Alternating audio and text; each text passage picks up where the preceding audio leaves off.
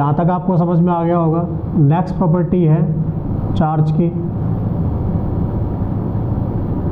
Charge is associated with mass. मतलब charge जब भी एग्जिस्ट करेगा तो वो मास के साथ ही एग्जिस्ट करेगा। Mass can exist without charge but charge can not exist without mass. इसका मतलब हुआ कि सर अगर चार्ज ट्रांसफ़र होगा तो मास भी ट्रांसफ़र होगा। हाँ जी बिल्कुल होगा। लेकिन सर आपने ये भी कहा कि इलेक्ट्रॉन का मास तो बहुत कम है। बिल्कुल है। मास ऑफ इलेक्ट्रॉन क्या था बताओ? हाँ जी वही 9.1 10⁻⁻31 kg है, बहुत कम। लेकिन अगर हमसे क्वेश्चन ये पूछ लिया जाए कि एक ऑब्जेक्ट से इलेक्ट्रॉन निकाले गए और एक इलेक्ट्रॉन दिए गए तो क्या मास पे कोई फ़र्क पड़ेगा, तो हम ये कहेंगे हाँ मास पे फ़र्क पड़ेगा।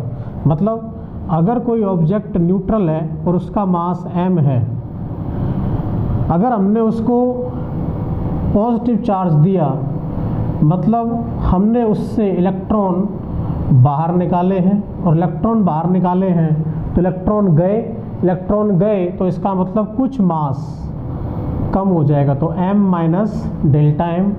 और इसी की जगह अगर हमने उसको कुछ इलेक्ट्रॉन दिए तो वो इलेक्ट्रॉन लेके क्या हो जाएगा, नेगेटिवली चार्ज, और नेगेटिवली चार्ज होगा। इसका मतलब पहले से उसका जो मास है वो थोड़ा सा बढ़ जाएगा, तो ये हो जाएगा m प्लस डेल्टा m। मतलब चार्ज हमेशा मास के साथ रहेगा या मास के साथ ही एग्जिस्ट करेगा। Charge can not exist without mass. तो हम ये बात यहाँ पे लिख देते हैं नोट के तौर पे कि charge can not exist without mass but mass can exist without charge, without net charge। तो आई होप आपको ये बात समझ में आ गई होगी कि चार्ज मास के साथ रहेगा। जब भी चार्ज ट्रांसफ़र होगा मतलब मास भी ट्रांसफ़र होगा।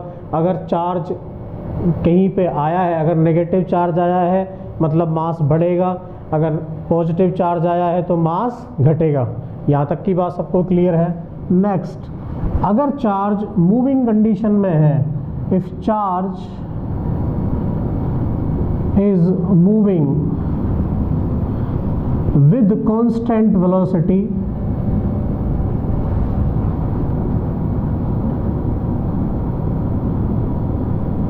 then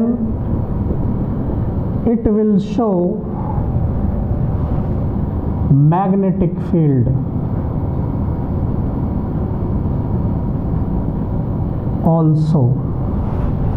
अगर चार्ज रेस्ट पे होगा तो वो इलेक्ट्रिक फील्ड शो करता है। क्या शो करता है? Electric field. और अगर मूविंग कंडीशन में है तो क्या शो करेगा? Magnetic field. लेकिन मूविंग कंडीशन भी दो तरीके की होगी। अगर वो यूनिफॉर्म वेलोसिटी से ट्रैवल कर रहा है तो it will show magnetic field also. अब इसमें एक कंडीशन और आ जाती है। वो कंडीशन क्या आएगी कि इफ इट इज मूविंग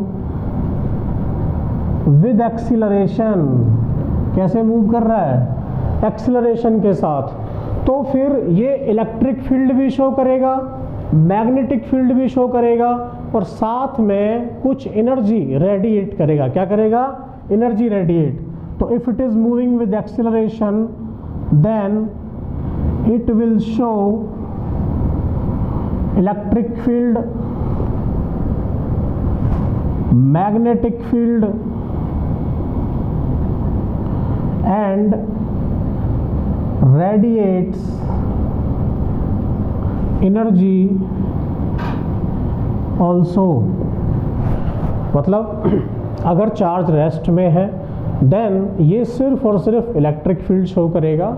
अगर चार्ज मूविंग कंडीशन में है तो फिर ये मैग्नेटिक फील्ड भी शो करेगा। और अगर एक्सीलरेशन भी है तो इसका मतलब ये इलेक्ट्रिक फील्ड भी शो करेगा, मैग्नेटिक फील्ड भी करेगा, और साथ में कुछ एनर्जी को रेडिएट भी करेगा। ये बात समझ में आ रही है आपको?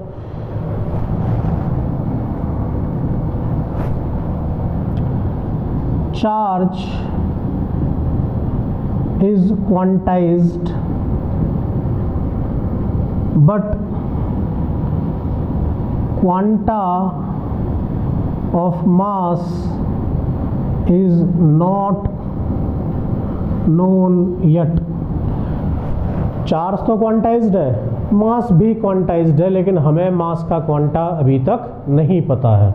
ठीक है, तो आई होप ये चार्ज की जो प्रॉपर्टी है वो आपको समझ में आ गई होंगी यहाँ तक, तो इनको लिख लीजिए पहले।